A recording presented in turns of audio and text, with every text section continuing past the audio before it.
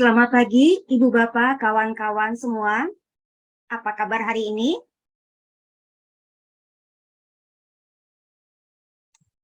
Luar Baik. biasa. Oke, terima kasih. Saya ingin mengawali hari ini dengan mengajak Ibu Bapak semua untuk menyalakan video sebentar saja dan memberikan senyuman yang paling manis untuk sesama kita yang ada dalam ruang ini. Silakan Ibu Bapak, walaupun nanti karena jaringan harus mematikan lagi, tapi sesaat saja boleh Kak menyalakan video. Wah, Mas Abi senyumnya mantap. Menyalakan video sebentar.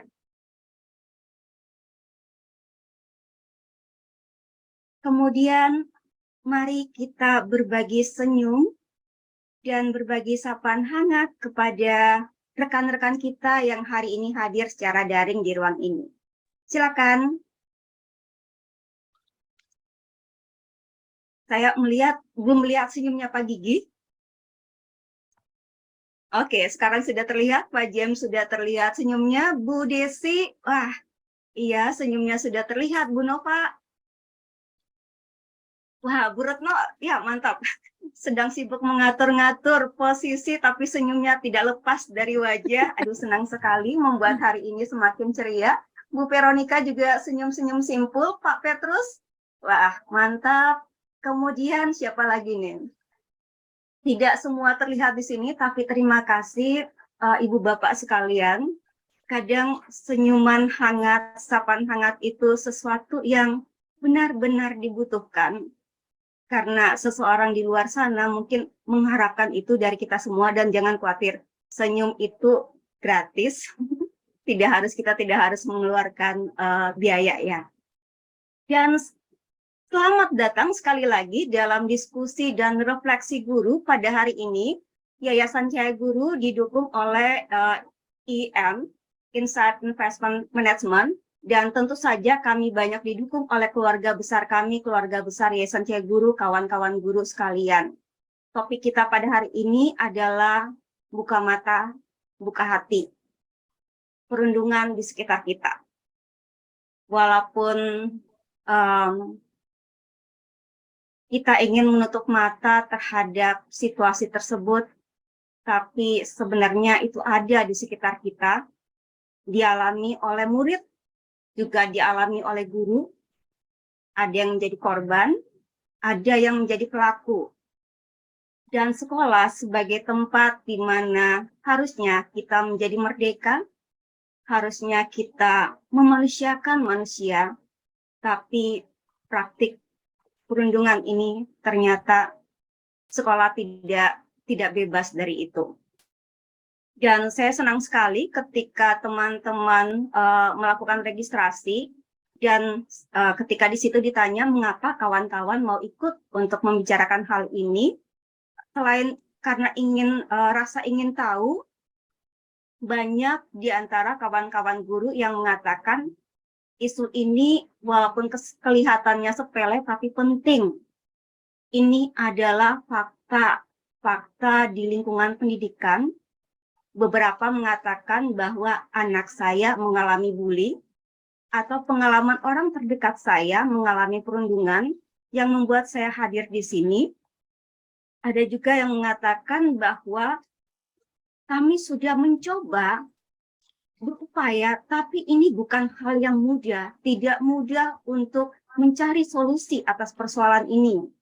Dan di sini Pak Rudi, Pak Julian, ini kawan-kawan guru, banyak juga yang menyatakan kami hadir di sini karena kami ingin tahu bagaimana kami dapat ikut serta mencegah, menangani, mengakhiri situasi perundungan ini.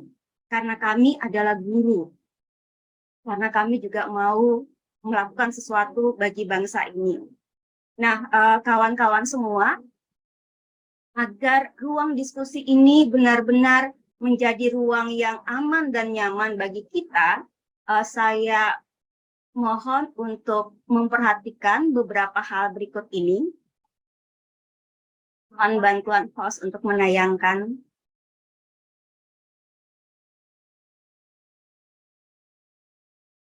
ini adalah mohon kerjasama kawan-kawan guru untuk beberapa hal berikut.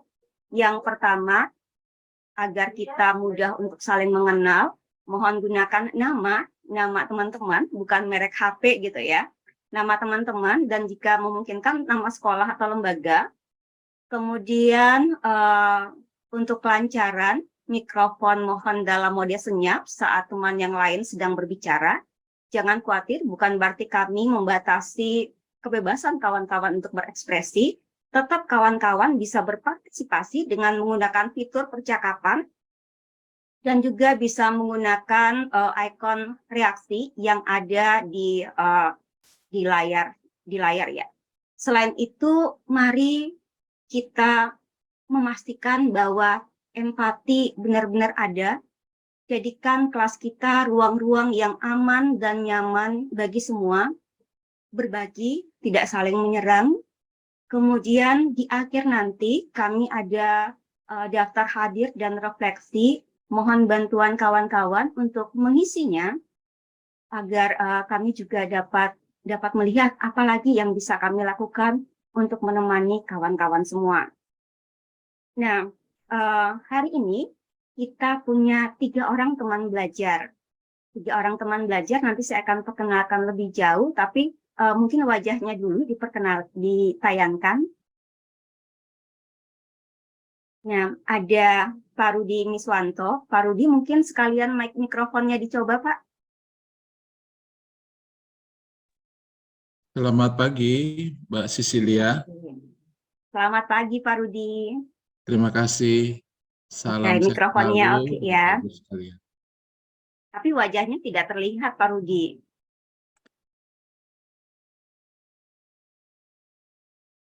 Atau mungkin nanti tidak apa-apa. Oh, sudah terlihat.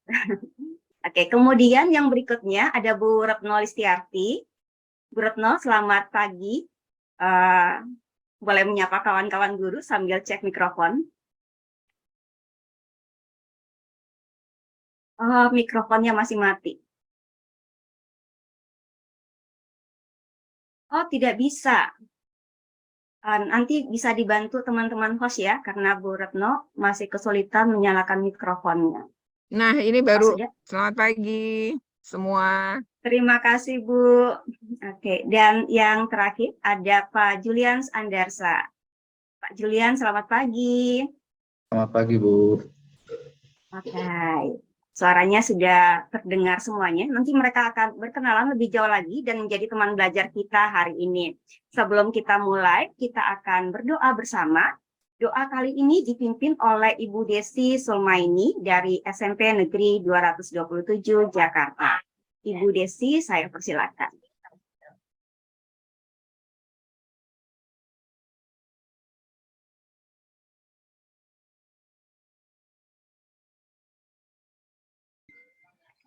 Terima kasih Ibu Sisil.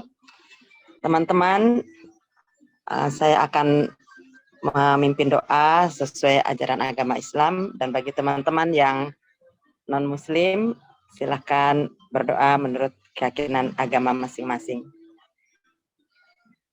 Bismillahirrahmanirrahim. Alhamdulillahirabbil alamin. Hamdan yuwafi ni'amahu wa yukafi majidah. Ya Rabbana lakal hamdu kama yanbaghi li jalali wajhikal karim wa azimi sultanik. Allahumma salli ala Sayyidina Muhammad wa ala ali Sayyidina Muhammad. Ya Hayyu ya Qayyum bi rahmatika astaghits. Ya Hayyu ya Qayyum bi rahmatika astaghits. Ya Hayyu ya Qayyum bi rahmatika astaghits. Rabbana atmim lana nurana waghfir lana innaka ala kulli syai'in qadir. Allahumma inna nas'alukal khaira kullahu ajilahu wajilah wa nastaghfiruka li dzambina wa as'aluka rahmataka ya arhamar rahimin. Allahumma lakal hamdu syukra wa lakal mannu fadla wa anta rabbuna haqqa wa nahnu abiduka riqqa wa anta lam tazal lidzalika ahla. Ya Allah, ya Tuhan kami, Sempurnakanlah cahaya kepada kami. Ampunilah dosa-dosa kami. Sesungguhnya Engkau Maha Kuasa atas segala sesuatu. Ya Allah, sesungguhnya kami memohon kepadamu segala kebaikan di masa sekarang dan di masa depan. Dan kami memohon ampunan atas dosa kami, serta memohon rahmat-Mu. Wahai Allah, Tuhan yang Maha Pengasih. Ya Allah, ya Tuhan kami, bagi Engkaulah segala rasa syukur dipanjatkan, dan bagi Engkaulah Tuhan kami yang sebenarnya. Dan kami adalah hamba-hamba-Mu yang selalu mengabdikan diri kepadamu. Rabbana atina fid dunya hasanah wa fil akhirati hasanah wa qina azabannar. Wa sallallahu ala sayyidina Muhammadin wa ala alihi wa sahbihi wa barik wa sallim. Subhana rabbika rabbil izzati amma yasifun wa salamun alal mursalin walhamdulillahi rabbil alamin.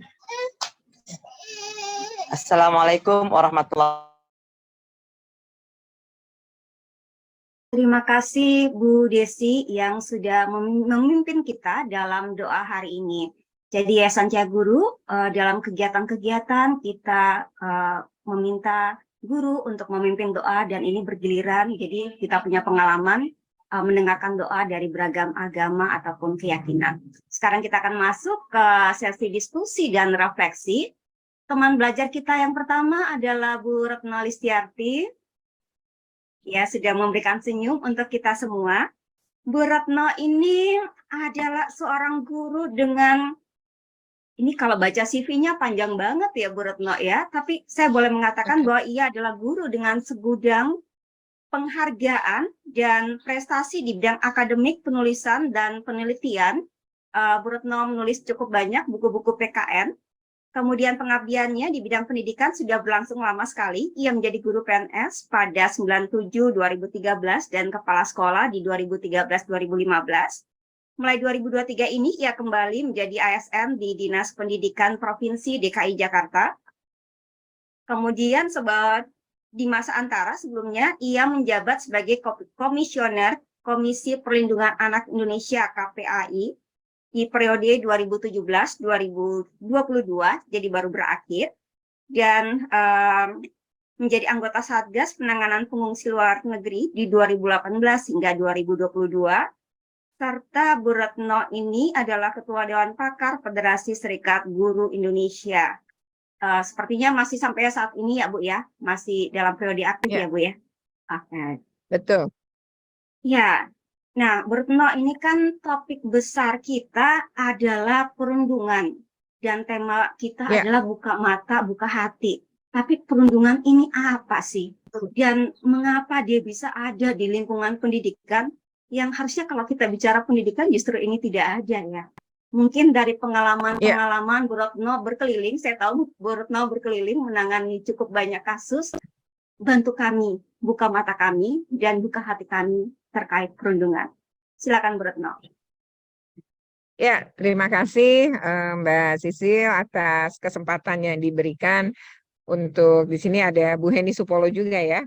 Yang terhormat Bu Heni ya, sehat selalu. Kemudian juga Bapak Ibu sekalian ya yang tidak bisa saya sebutkan satu persatu.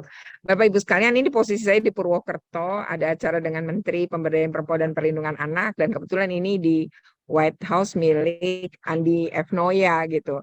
Dan di sini juga narasumber, jadi saya alhamdulillah izin yang pertama agar bisa dua-duanya. Sekali lagi terima kasih atas fasilitas atau yang diberikan lah oleh panitia.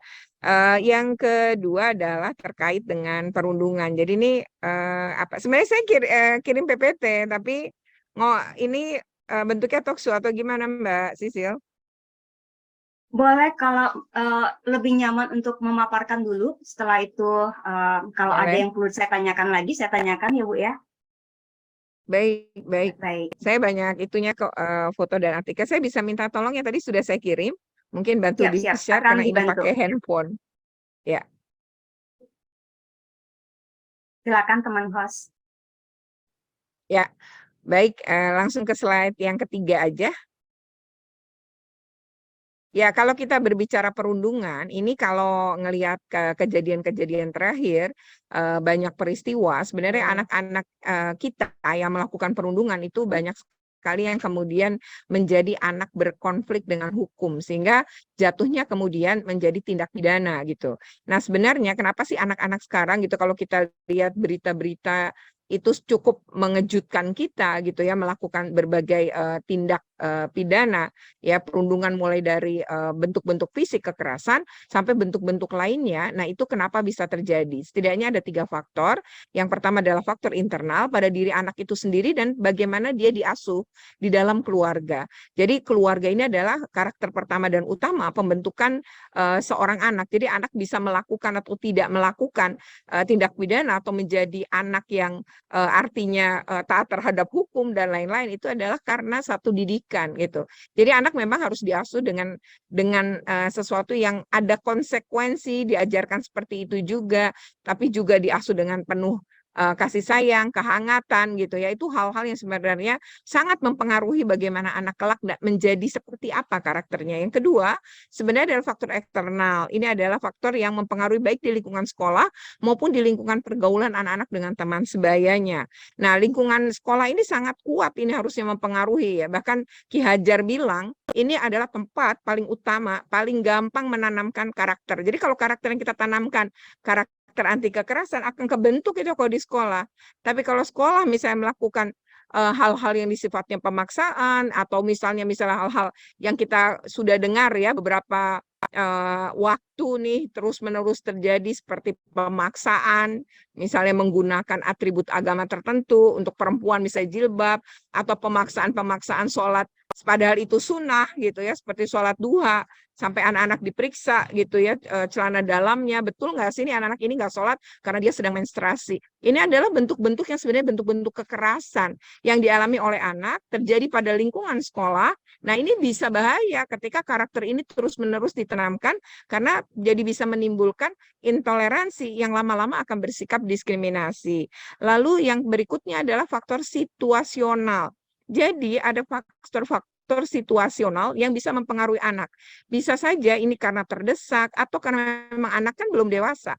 Pikirannya dia bisa saja berpikir pendek gitu ya, tidak tahu bahwa ini akan ada resiko dan lain-lain. Nah, ini bisa kemudian anak-anak itu dengan situasi tertentu bisa berubah, atau misalnya hal yang begitu memukul dia, umpamanya perpisahan kedua orang tua, atau bisa juga karena status sosial ekonomi, baik itu misalnya karena kemiskinan atau status sosial ekonomi yang justru karena tiba-tiba kaya misalnya, itu bisa saja mempengaruhi situasi perilaku seorang anak. Lanjut. Saya cepat saja untuk bisa next. Nah, ini beberapa ya, bagaimana peserta didik kemudian dihukum karena melanggar aturan.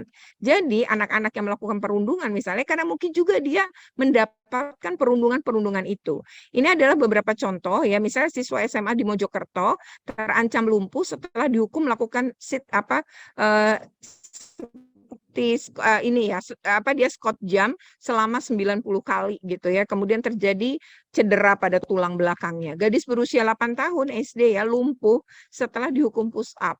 Kemudian siswa SMP di Manado meninggal usai dihukum lari 20 kali putaran lapangan sekolah karena dia terlambat masuk sekolah.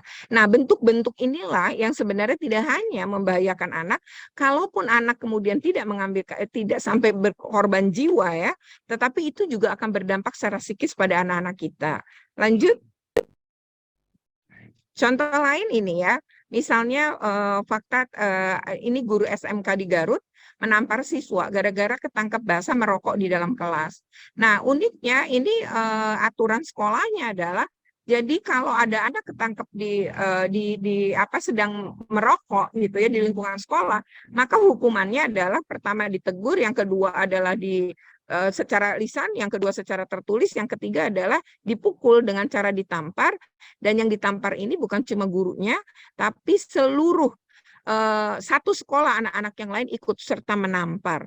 Kemudian guru SD misalnya di Buton, anak-anak ribut ya atau berisik di kelas, kemudian disuruh makan sampah yang diambil dari tempat sampah di depan kelas. Kemudian siswa dihukum guru menjilat WC ya, gara-gara dia tidak membawa tugas. Ini adalah bentuk-bentuk perundungan yang dilakukan oleh pendidik gitu ya pada peserta didik pada lingkungan sekolah. Sementara anak itu adalah peniru ulung. Jadi dia bisa saja meniru apa yang kemudian terjadi atau yang dia alami. Lanjut.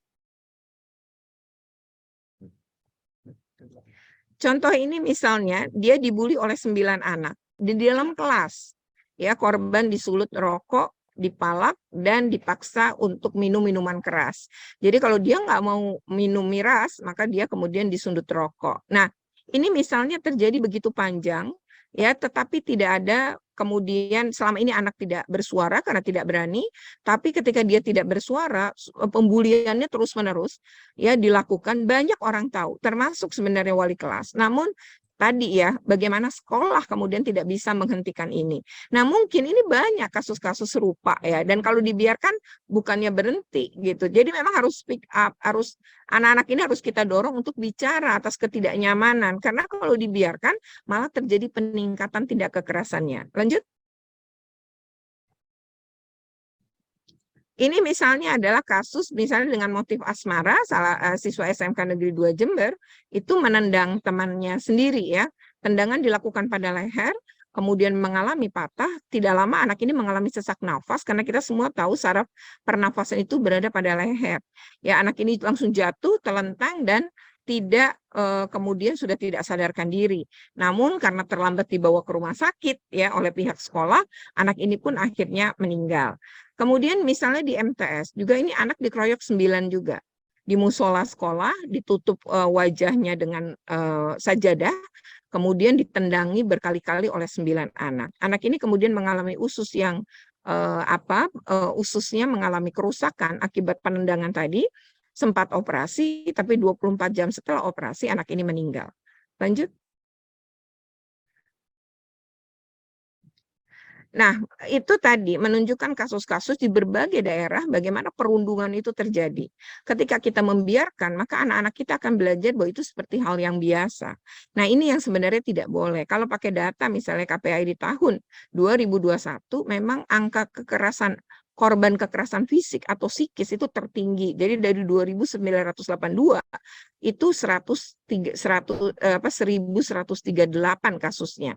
Next, berarti ini sejalan dengan tadi ya artikel-artikel yang ditunjukkan itu juga sejalan dengan data ini. Lanjut. Nah, tadi pertanyaan Mbak Sisil, apa itu perundungan? Perundungan itu kan sebenarnya prinsipnya adalah suatu tindakan bisa dilakukan oleh seseorang atau kelompok orang dengan cara atau tujuan sebenarnya menyakiti, merendahkan, menindas seseorang. Ya, secara prinsip sebenarnya itu bentuknya bisa bermacam-macam, bisa secara fisik, verbal, psikis. Ya, itu adalah definisi dari perundungan. Next. Nah, kita kadang-kadang sebagai guru bisa lanjut. Kita juga mengatakan gitu, oh itu bercanda. Sebenarnya bercanda dengan tidak, yang menentukan adalah korban. Jadi kalau korban mengadu dan menyatakan ketidaknyamanan, yaitu bully jatuhnya. Ya, biasanya perilaku bully itu ada indikator. 1, agresif. 2, ada relasi kuasa yang timpang, misalnya kakak kelas terhadap adik kelas, anak misalnya dari keluarga kaya kepada keluarga tidak kurang mampu, atau juga bentuk lain misalnya guru kepada murid, orang tua kepada anak, itu bisa saja bawahan kepada atasan. Jadi ada relasi kuasa timpang. 3 adalah dia bully kalau berulang. Jadi kalau cuma sekali mungkin enggak, tapi kalau berulang bisa dibully. Dan tadi yang 4 saya sudah sebut, paksaan yang menimbulkan ketidaknyamanan. Dan yang menentukan ini adalah korban. Lanjut. Nah, jadi kalau memenuhi ini, Bapak Ibu sekalian, itu ya kita bisa sebut bully. Ini mungkin bentuk-bentuk perundungannya, baik secara verbal, fisik, maupun sosial. Saya rasa sudah tahu semua. Next ya, kita lanjut saja. Nah, tapi perundungan yang tidak kalah saat ini adalah juga perundungan di dunia maya. Perundungan di dunia maya ini justru dampaknya ternyata dari berbagai kasus lebih berat. Karena kalau di dunia nyata, barangkali kita itu dirundung oleh orang yang kenal sama kita, di sekitar kita saja yang tahu. Tapi kalau di dunia maya, siapapun bahkan nggak kenal kita pun bisa tahu kita dirundung dan bisa ikut merundung kita. Nah, ini yang memang gejala berikutnya yang terjadi ini di Indonesia. Lanjut. Nah, bagaimana kemudian dampaknya? Ya bisa secara emosi, ya saya rasa teman-teman sudah tahu ya, ini kelihatan dari apa ya, ceria jadi murung, menyendiri ya. Kemudian secara fisik bisa saja terjadi luka, secara akademis karena dia cemas terus, dia bisa turun nilai-nilainya, dan secara sosial itu tadi dia bisa tidak percaya diri dan menarik diri dari lingkungan pergaulan. Lanjut. Nah, dampak terhadap pembiaran pembulian sebenarnya pada anak itu bahaya. Pertama, dia akan tidak menimbulkan empati. Jadi mereka bertindak sebagai pelaku bully cenderung tidak memiliki rasa empati pada orang lain. Selain itu, mereka juga sering bertindak lebih agresif dan tidak sabaran. Yang kedua adalah berpikir bahwa bully itu hal biasa. Jadi kalau kita biarin, anak-anak kita akan berpikir bully mah wajar gitu. Nah, itu yang sangat bahaya. Pelaku perundungan akan merasa bahwa tindakan yang dilakukannya hal biasa, terlebih jika mereka menerima kepuasan tersendiri, dan merasa bahagia dan bangga dengan menindas orang yang dianggap lebih lemah dari dirinya. Yang ketiga adalah berpotensi melakukan tindak kriminal. Nah, anak-anak pelaku bullying yang sudah menganggap tindakannya merupakan hal biasa, itu bisa ketagihan merasa hal biasa tadi, ya bahkan di masa depan nanti dia bisa saja melakukan tindak pidana kriminal ya, ketika dia misalnya sudah nggak jadi anak-anak gitu, seperti kasus yang mungkin ramai sekali misalnya dengan penganiayaan terhadap Ananda David. Lanjut. Nah, sebenarnya respon anak dalam menghadapi perundungan itu beragam. Jadi kalau kita ngelihat anak-anak kita itu sebenarnya seperti apa, kategori yang mana dari perundungan ini. Yang pertama adalah membalas. Jadi rasa marah, rasa sakit yang dia rasakan itu nggak bisa disalurkan kepada pelaku karena dia nggak berani sama pelaku. Tapi dia cenderung kemudian melakukan perundungan kepada orang lain yang dianggap lebih lemah dari dirinya. Nah, kemudian ada yang melarikan diri. Melarikan diri ini bisa dia merasakan sakit dan cenderung melarikan diri. Bisa hal yang positif, bisa hal yang negatif. Hal-hal yang positif itu misalnya dia belajar bela diri, menekuni hobi-hobi seperti musik, melukis, ya main gitar, piano, dan lain-lain. Nah, tetapi bisa saja lari ke hal negatif. Nah, ini yang mungkin banyak terjadi yang kita lihat. Seperti lari ke narkoba, minuman keras, atau kecanduan gadget, game online, pornografi. Nah, ini adalah bentuk-bentuk yang sebenarnya pelarian dari respon anak terhadap satu perundungan. Lanjut. Bisa saja tak berdaya. Nah, kehilangan motivasi hidup, merasa tertekan, cenderung menarik diri, tertutup, lupa pada impian-impian dulu, masa kecil dia. Terkadang ia malah jadi nyakitin diri sendiri. Membenturkan kepala ke tembok, tidak mau makan untuk menyiksa dirinya gitu ya, atau bahkan kalau pada tahap berikutnya bisa menyiksa hewan. Nah, ini adalah orang-orang yang tidak berdaya. Biasanya mereka terlihat tidak percaya diri dan ini akan terus nih waktu SD jadi korban bully, SMP juga, SMA juga bisa jadi korban bully. Lanjut. Nah, seharusnya yang kita ajarkan kepada anak-anak kita adalah abstander ya.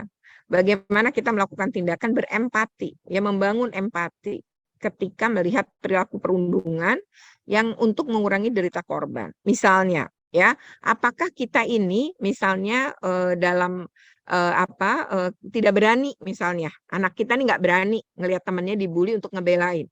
Setidaknya kalau dia tahu nomor WA-nya atau tahu media sosialnya, kontak korban. Katakan bahwa dia kita ini nggak bisa nolong dia karena situasi yang tidak memungkinkan, minta maaf tapi tidak setuju dengan apa yang dilakukan oleh pelaku, lalu membuka diri pada korban jika ingin butuh teman, ingin cerita, maka kita siap misalnya mendengarkan itu gitu. Nah, itu juga sudah mengurangi sebenarnya derita korban. Nah, yang perlu dibanyakin sebenarnya adalah abstander ini, bagaimana anak-anak kita ini punya empati, simpati ya, mengerti gitu atau peduli gitu atau punya kehalusan perasaan terhadap orang-orang yang mungkin ya diperlakukan tidak adil, mendapatkan hal-hal yang tidak semestinya tadi gitu. Lanjut. Nah, Bapak Ibu sekalian, sebenarnya ada Permendikbud 82 tahun 2015 tentang pencegahan dan penanggulangan tindak kekerasan di satuan pendidikan. Ini akan dirubah gitu ya untuk jadi jauh lebih baik. Ini udah bagus tapi akan lebih diperjelas kembali. Nah, kita sedang menunggu gitu. Nah, tapi next saya ingin mengatakan bahwa dalam hal pencegahan harusnya kita semua bisa melakukan, terutama sekolah sebagai institusi pendidikan. Ya, melakukan sosialisasi misalnya terhadap bagaimana SOP dalam upaya pencegahan dan penanganan ya kepada tenaga pendidik, orang tua, komite, masyarakat, peserta didik. Ini penting juga bahwa nih kita punya program pencegahan. Seperti apa? Punya pengaduannya di mana, kemudian kita punya SOP kalau ada pengaduan bagaimana nanganinnya, kemudian menjalin kerjasama juga dengan lembaga psikologi, pakar pendidikan. Untuk psikologi ini penting karena anak-anak korban harus dipulihkan. Kemudian juga sekolah wajib membentuk tim pencegahan, yaitu berupa tim satgas yang terdiri dari kepala sekolah, perwakilan guru, perwakilan siswa, dan juga perwakilan orang tua. Lanjut. Nah, ini sebagian kewajiban sekolah ya dalam melaksanakan Permendikbud 82. Bisa next? Nah, barangkali ini ada beberapa foto yang menunjukkan tentang kasus perundungan di Kabupaten Tasikmalaya misalnya, di mana waktu itu bersama Itjen Kemendikbudristek juga turun nih untuk kemudian menangani ini. Korban perundungannya cukup lama sampai dia mengalami depresi dan diduga kemudian karena depresi itu dia meninggal dunia. Lanjut. Dan ini anak berkebutuhan khusus. Kemudian ini korban itu kita tengok rumahnya, memang dari keluarga tidak mampu ya, dan ini betul-betul pada posisi yang ya dia punya adik yang lain ya, kemudian juga sejak lahir memang mengalami juga kekurangan gizi dan lain-lain. Ini akhirnya masyarakat menjadi punya perhatian, rumahnya direnov gitu ya, dan mendapatkan beragam bantuan termasuk tadi ya Kartu Indonesia Sehat. Lanjut. Nah, ini adalah ketika penanganan kasus perundungan di Garut ya, yang terakhir di mana tadi guru melakukan penamparan ya kepada anak dan teman satu sekolahnya juga ikut nampar. Ini baik guru dengan anak akhirnya tidak masuk sekolah gitu ya, dua-duanya mengalami masalah psikologi karena sebenarnya baik pelaku maupun korban itu sama ya. Dan ini anak korban bahkan tidak bersedia sekolah lagi gitu, padahal 2 minggu lagi pada saat kita datang itu sudah akan ujian akhir karena dia siswa SMK. Lanjut. Nah, jadi bagaimana korban-korban perundungan itu bisa seperti itu ya. Nah, terakhir mungkin saya ingin menyampaikan rekomendasi ya, bagaimana kita semua memberikan edukasi sedini mungkin tentang stop perundungan gitu ya, minta anak untuk lebih terbuka atau berani speak up. Kemudian juga jangan kita membiarkan anak-anak kita sendiri menghadapi perundungan atau cyberbully. Kita sebagai orang tua memang harus mendampingi bahwa dia tidak sendirian menghadapi itu. Kemudian membangun karakter anak sejak dini ya, tidak hanya kuat atau punya kekuatan mental, tapi adalah punya simpati, empati, kepedulian pada yang tidak beruntung dan lain-lain. Itu adalah penting juga dibangun. Kemudian orang tua harus jadi role model bagi anak-anaknya, dan jika anak-anak kita sudah menjadi korban dan terjadi perubahan sikap dan perilaku, maka kita harus segera menolongnya dengan melakukan pemulihan psikologi. Saya pikir itu ya. Next kayaknya terakhir itu bagaimana sekolah bisa melakukan hal ini. Terakhir ini ya, mengumpulkan informasi mengenai perundungan dan diskriminasi, baik prasangka, penajisan ya, kafir itu model-model kayak gitu di sekolah secara langsung dari para siswa. Yang kedua adalah menetapkan aturan-aturan yang jelas, tegas mengenai segala bentuk perundungan dan diskriminasi di lingkungan sekolah. Apa yang boleh dan tidak boleh. Jadi semua harus tahu dengan persepsi yang sama. Nah, Permendikbud yang baru nanti gitu yang akan berubah ini dari 82 akan memperjelas ini juga gitu ya. Kita akan tunggu. Kemudian melatih semua orang dewasa di sekolah untuk menanggapi segala bentuk perundungan dan diskriminasi itu secara peka dan konsisten, kemudian melakukan pengawasan yang dilakukan orang dewasa secara memadai, khususnya wilayah seperti di lapangan, di kantin, media sosial. Ini bentuk-bentuk di mana perundungan kerap terjadi. Dan terakhir, memperbaiki kesadaran dan keterlibatan orang tua dalam menangani permasalahan perundungan dan diskriminasi, karena anak-anak ini bagaimanapun gitu ya, ini masih anak, usia di bawah umur, memang penting sekali kehadiran orang tua dalam mengedukasi anak-anak ini, termasuk mendampingi anak-anak ketika dia harus menjalani pemulihan akibat perundungan. Demikian, terima kasih. Wassalamualaikum. Saya serahkan kepada moderator. Terima kasih Bu Retno.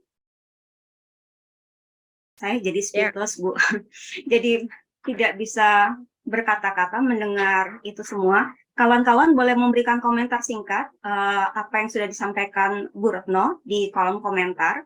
Apakah kawan-kawan melihat yang disampaikan ini sebagai fakta lapangan, atau kita merasa sebenarnya kita tuh jauh dari itu semua gitu. Jadi silakan memberikan komentar singkat pada kolom komentar. Nah, Bu Retno, saya sendiri melihat tadi yang disampaikan Bu Retno itu seperti paradoks ya. Jadi misalnya terkait tafsir ritual keagamaan justru menjadi ruang berpotensi terjadinya perundungan ya. Saya sampai nggak habis pikir itu ngapain juga gurunya harus memeriksa apakah si anak ini menstruasi atau tidak, dan memeriksa celana dalamnya itu sesuatu yang apa ya, itu kan bukan cuma sekadar benar atau tidak, tapi menyerang harkat martabat si anak ini ya, si anak perempuan. Itu di pelecehan itu bisa jadi. Iya. Kemudian tadi juga Bu Retno katakan yang kejadian-kejadian perundungan itu justru saat si guru hendak menegakkan aturan di sekolah. Nah, menegakkan aturan di sekolah, tapi justru pada saat yang sama melakukan perundungan, melakukan kekerasan.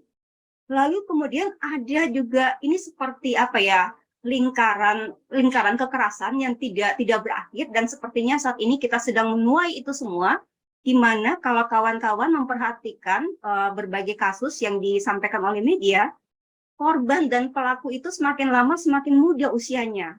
Pelaku itu semakin banyak, pelaku anak-anak. Dan tadi Bu Retno juga sempat menyampaikan bahwa ketika ada kasus dan perundungan ini terjadi terus-menerus bahkan oleh siswa, itu sekolah akhirnya tidak bisa ngapa-ngapain juga kan. Ada momen di mana udah nggak tahu nih harus bikin apa dengan situasi ini. Lalu ketika bicara speak up, mau bicara, ini kalau saya melihat dari catatan-catatan yang diberikan oleh kawan-kawan guru saat registrasi, ini juga kesulitan kalau sendiri-sendiri kalau mau bicara. Apalagi bila ada relasi kuasa di situ. Apalagi ini bila ada soal kewenangan juga ya, kewenangan di sekolah, dan ternyata yang mengalami perundungan ini nggak cuma murid, tapi siswa juga. Gitu. Nah, itu beberapa hal yang saya tangkap tadi Bu Retno, selain Bu Retno menyampaikan tentang bully itu apa, kemudian respon dan dampak yang terjadi, serta apa saja yang bisa kita lakukan. Ini tadi di ruang percakapan ada rekan guru yang bercerita bahwa saat ini sedang mendampingi anak yang sudah pendekatan, tapi anaknya sudah mengatakan, saya capek Bunda, hidup yang selalu kekurangan, selalu tidak punya uang saku seperti teman-teman. Kami sudah 2 kali bertemu dan masih kebingungan gitu. Saya tuh penasaran, untuk menangani kasus bullying ini, kasus perundungan seperti ini, biasanya berapa lama sih waktu yang dibutuhkan, Bu Retno? Ya, di sini ada Mas Julian ternyata ya sudah hadir, Mas Julian. Ya, mungkin Itjen Kemendikbudristek banyak nih yang punya penanganan kasus. Sebenarnya kalau nanganin, pertama yang penting adalah berpatokan pada aturan yang ada. Aturan yang ada itu sebenarnya di Permendikbud 82 ya, karena belum perubahannya belum, maka kita tetap berpegang pada yang masih berlaku. Permendikbud 82 tahun 2015 tentang pencegahan dan penanggulangan. Itu yang harus dipegang dulu oleh sekolah. Di situ ada ketentuan-ketentuan kalau yang melakukan murid ke murid, siapa yang harus meriksa. Guru bisa. Tapi kalau guru kepada murid kan harus pimpinan sekolah. Tapi kalau pelakunya pimpinan sekolah, lalu itu tidak mungkin gurunya yang nanganin, maka itu perlu dengan dinas pendidikan. Nah, itu sebenarnya ada sih ya ketentuan-ketentuan seperti itu. Nah, yang berikutnya kalau soal lama itu sangat tergantung. Tapi kalau kita punya SOP, ya tadi kan saya juga ada sampaikan ya, kalau kita secara teknis punya SOP, kalau udah ngadu, berapa lama ditanganin, ya kemudian misalnya paling lama 1 minggu, lalu penanganan awal itu seperti apa, minta klarifikasi kedua belah pihak, sendiri-sendiri, baik si korban, atau ada saksi, atau bahkan ada pelaku itu masing-masing, ya tidak mungkin dipertemukan langsung.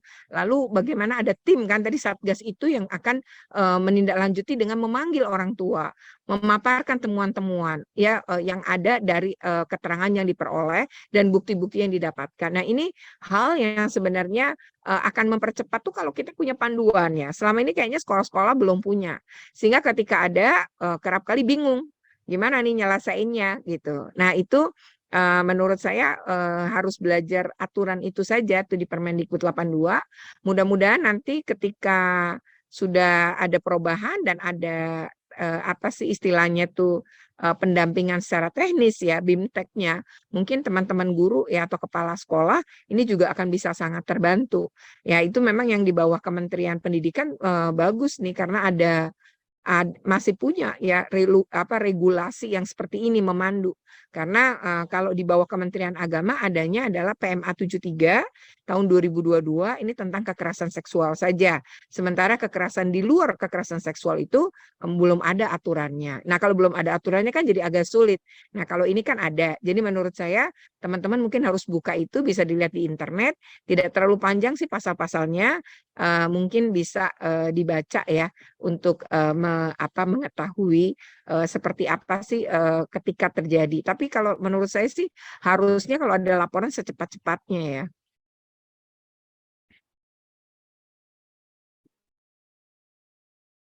Terima kasih, Bu Retno. Kalau dari diskusi sebelumnya, tapi kami pernah menyelenggarakan webinar juga terkait kekerasan, tapi kekerasan seksual, Bu. Itu banyak juga guru, dan saya tahu beberapa hadir di sini, sempat bertanya untuk situasi kekerasan termasuk perundungan, ini batasan kita speak up itu seperti apa ya? Karena di satu sisi harus menjaga kerahasiaan, bisa dipercaya si korban, tapi pada sisi yang lain juga kita harus memastikan jangan sampai atas nama baik institusi kemudian kasus itu sama sekali ditangani. Nah, ini ruang antara berbicara sekaligus menjaga si korban ini kira-kira seperti apa, Bu? Kalau boleh berbagi dari pengalaman Bu Retno untuk menangani kasus perundungan.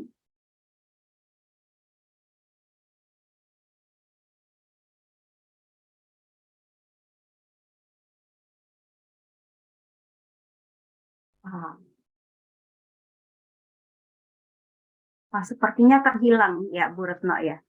Bu Retno sedang mengalami gangguan sinyal WA saya, Mbak Sisil. Oke. Tidak apa-apa kalau gitu saya akan membacakan beberapa catatan yang sudah ditulis oleh teman-teman guru. Adakah tips untuk melihat adanya perundungan di saat anak tidak mau bercerita atau anak yang pandai menutupi kondisinya? Wah, ini kayaknya nanti bisa dijawab oleh Pak Rudi ya. Kemudian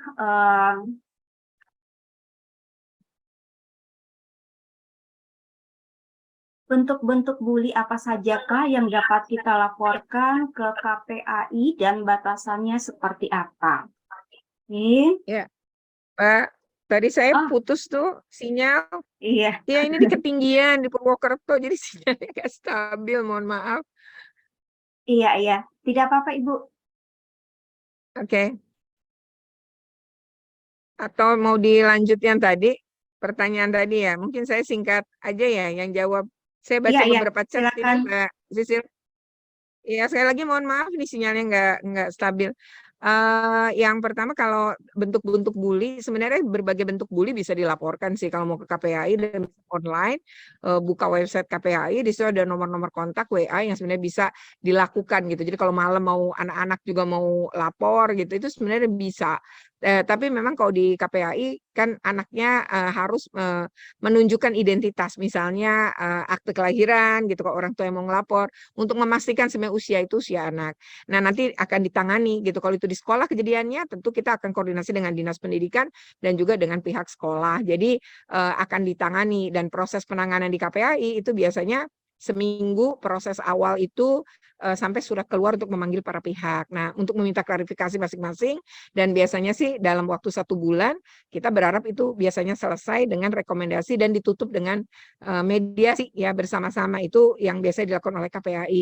Nah, itu untuk bully ya semua ya, kalau memang berdampak berat pada anak-anak kita, psikis pun ya cuma di verbal dikata-katain, tapi terkena psikisnya itu juga tetap bisa gitu, tentu dengan pembuktian nanti melalui asesmen psikologi yang bisa dilakukan juga di KPAI ya, untuk di asesmen bahwa betul-betul anak ini mengalami pembulian psikis ya, mengalami pukulan secara psikologi, itu tetap bisa dilakukan. Tapi sebenarnya yang utama saya mendorong kalau kepada sekolah memang bikin pencegahan itu jauh lebih baik, dan bagaimana tadi kalau punya satgas anti kekerasan gitu ya di sekolah, itu sangat baik, karena anak-anak mungkin kalau ngadu kepada pihak sekolah atau ke pihak guru mungkin nggak enak, tapi di satgas itu kan ada anak juga yang murid, perwakilan murid, sehingga kalau dengan sebaya mungkin dia masih mau ya, masih mau untuk mengadu, berani. Orang tua juga, kalau kan ada program orang tua yang khawatir ke sekolah juga bisa kepada sesama orang tua sebagai anggota satgas.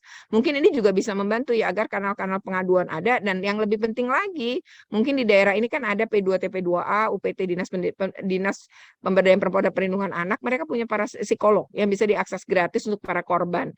Nah, mungkin ini juga untuk yang sudah mengalami dan butuh pemulihan psikologi bisa melakukan ke sana gitu, ke pemerintah daerah, dan itu haknya anak-anak, dan pemerintah daerah punya kewajiban, jadi tidak ada biaya.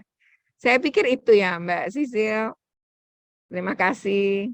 Terima kasih Bu Retno untuk berbagi banyak cerita, banyak pengalaman, juga dorongan bagi kita semua untuk menjadi upstander, untuk speak up, untuk menemani kawan-kawan juga murid-murid yang mengalami perundungan.